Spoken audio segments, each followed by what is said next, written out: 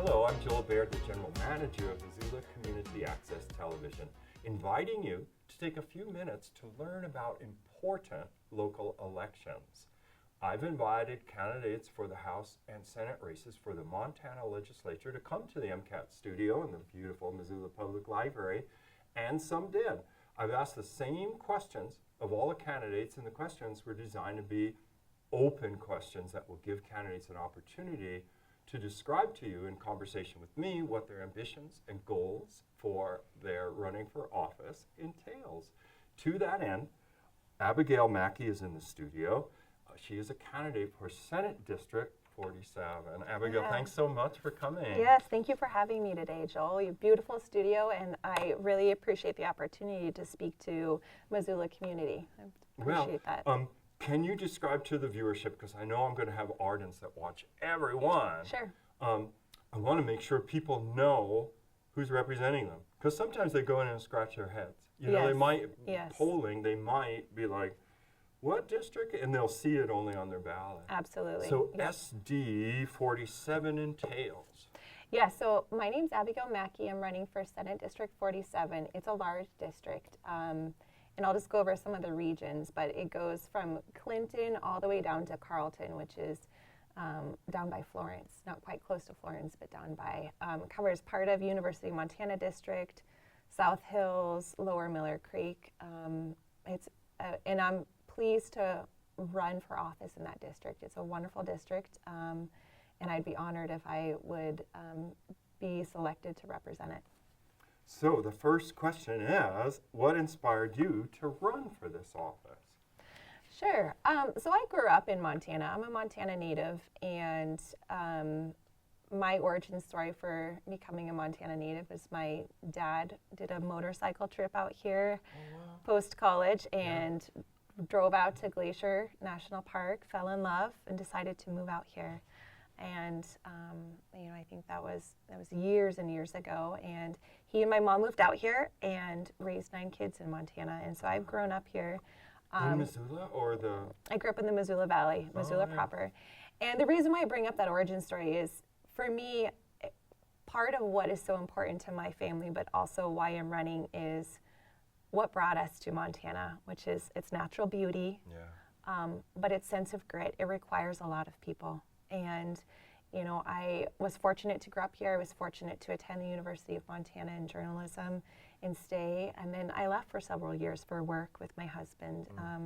And as we came back, I was so happy to come back and raise my children here. But I recognize that there are changes happening in Missoula. And, just to talk on a few of them, housing is such an issue. Taxing is such an issue. Education is an issue here, that I felt called and compelled to run for office because the Missoula that I know and love, the Montana I know and love, I want to preserve it and allow my children to stay here. And the direction that I see it heading now, with housing costs, with taxes, with low proficiency levels in education, I don't know that we're going to be able to see that for my children. So instead of sitting back and complaining, I felt called and compelled to run for office. And that's why I decided to run. Well, this one kind of dovetails into what you've already described, and that is how you see Missoula County, what you like about it, and what you want to improve. And it sounds like you had those 3 areas. Yes, so I love Missoula County, and I spoke to being a University of Montana graduate, go Grizz.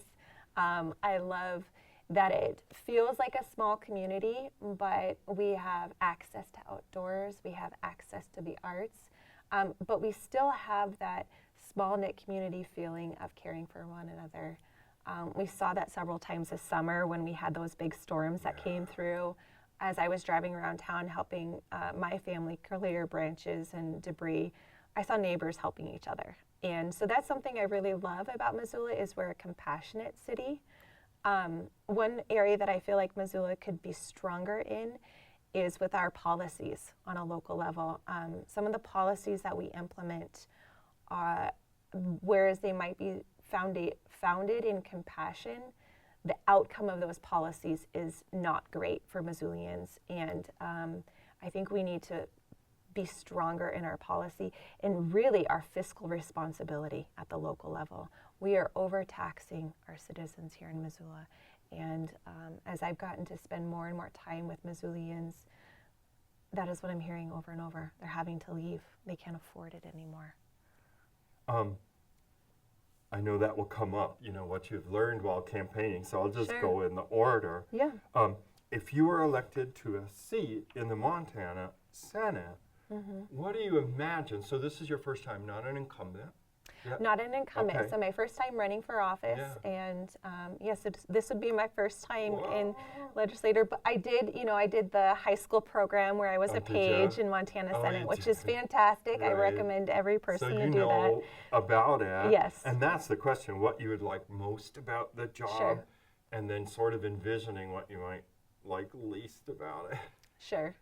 I think I love civics and I love the legislative process. I think it's fascinating. I think our founding fathers were brilliant. What I love about it in Montana specific is the opportunity to craft policies that affect people for good.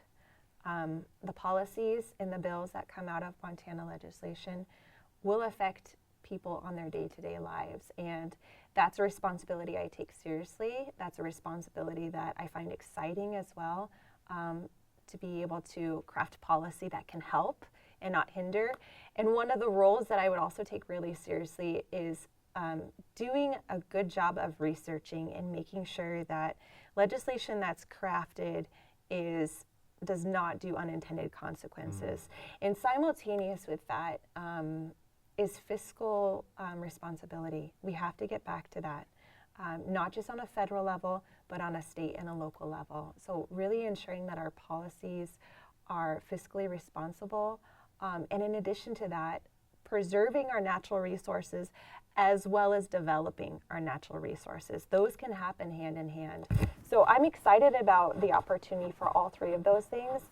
I'm also excited about collaborating with people. I love, my background as a journalist. One of the things I loved so much about journalism was meeting people from all different walks of life and hearing their stories. I love that. I love people. I think that the thing that will probably be challenging is just the breakneck speed that bills go through, and just feeling the need to be able to really research everything before I vote on a bill. Because the legislature meets every other year, right? Yes. And for how many months? So it's 90 days you're in session. Yeah. 90 So days. it's quick. It's breakneck speed. Yeah. And that's supposed to be the quiet time for the farmer and the rancher. Sure. So that's sort of circling back. You mentioned people were saying for Missoula City, or you mean also down the Bitterroot, so expensive. But that question leads towards that is, what have you learned about Missoula while campaigning for the office? Yeah, that's a great question. I've learned a variety of things. I've been door knocking, meeting with superintendents, business owners, people from the DNRC. I've learned that there are a lot of people that care deeply about our community. We have a lot of public servants here that are quiet and behind the scenes, doing things out of love for the community and for the betterment of the community. And in addition to that, what I've learned through my door knocking and just meeting with people in Missoula proper is the feeling of dysfunction and disconnect between what they want to see happen locally and what's actually happening, and a sense of helplessness, right? A feeling that they love the city, but they don't understand why their property taxes keep going up because they're not voting for that, and feeling a lack of empowerment because what more can they do? And so I really want to bridge that divide. And some of that can be through information. Some of that can be a call to action to citizens to get engaged in the local election process, but also the legislative process. And then the third thing is, again, fiscal responsibility. I'm hearing over and over from people, we want to stay here. We can't afford to anymore. We have to leave. That's the number one thing I'm hearing as I chat with my constituents. I can't afford it anymore. Yeah.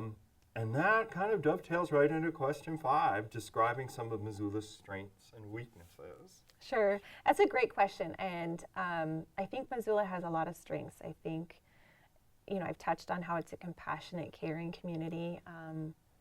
I've touched that it feels like a small town, even though we have access to so many things that you would see in a larger town. So I think that Missoula does a really great job of creating that tight-knit community. I think there's some dysfunction when it comes to policies here locally. And I want to touch on one specifically that I'm hearing from quite a bit with my constituents is urban camping. It's important to craft compassionate policy. I think we're a compassionate town, but we also have to keep in mind safety of women and children and our tax dollars. And what I'm hearing over and over from so many families is they don't feel safe to go to public parks anymore. They feel a disconnect with those policymakers on city council and Missoula, county commissioners, and then what they want to see happen in their community. And so I think there's some things we can do to strengthen that communication, but also really to care about our constituents, not just one subsection, but all of them. Well, you're almost done. Sure. Because you're up to the closing thought. Oh, okay. And so that's you to free range on your campaign or what you want the voters to know about you. Sure, that's a great question. What I really want the voters to know about me is I'm an average Missoulian. I'm a mother of 4 children. I'm a business owner. I'm a former journalist. My husband's a healthcare provider. And the reason why I say the phrase average Missoulian is because I want to work for my constituents. I feel the same struggles that you feel. I want our education systems to be strong. I want us to have basic proficiency and we can get those scores up. I want our tax dollars to be used well, and I want us to be fiscally responsible. I want to be a voice for those moms who feel like they can't go to public parks because they aren't safe. I want to be an advocate for small business owners and just streamlining regulation. And then finally, the last one that is so important to me, and I think so important to Missoula, is I want to advocate for stronger housing here. That's the number one thing I'm hearing over and over is there's no housing, there's a lack of affordability because there is no housing. I want to help streamline that process, and I want to see more single-family dwelling units built so we can attract nurses, police officers, all of those citizens to Missoula, and they can afford to have a home here, to raise a family. So I would just humbly ask for your vote. I will work hard for you every day, and I have an open door policy. I want to hear from you. So please vote for Abigail Maki for Senate District 47. Thank you. All right, thank you, Abigail. And thank you, dear viewers, for taking the time to learn about local elections, which can have a very strong impact on your life. So once again, we're visiting with Abigail Maki, a candidate for Senate District 47. A few notes about the election process this year. October 7th will be the last day you can make amendments to your voter registration remotely by email or phone. After October 7th, you have to go in person to the Missoula Elections Office located at 140 North Russell. So, you're not surprised, I have put up on the screen for you the website called myvoterpagemt4montana.com. You'll see on the screen there's space there to put your first name and your last name and your date of birth. It's safe. I've done it. You go there and you'll see the status of your voter registration. Okay. Maybe there's the wrong address on there. What does that mean? You're not going to see a mail-in ballot. What does that mean? If you go to the wrong polling place, they're going to have to do an amendment, but the amendment will have to take place at 140 North Russell, right when you don't want it to, right on Election Day.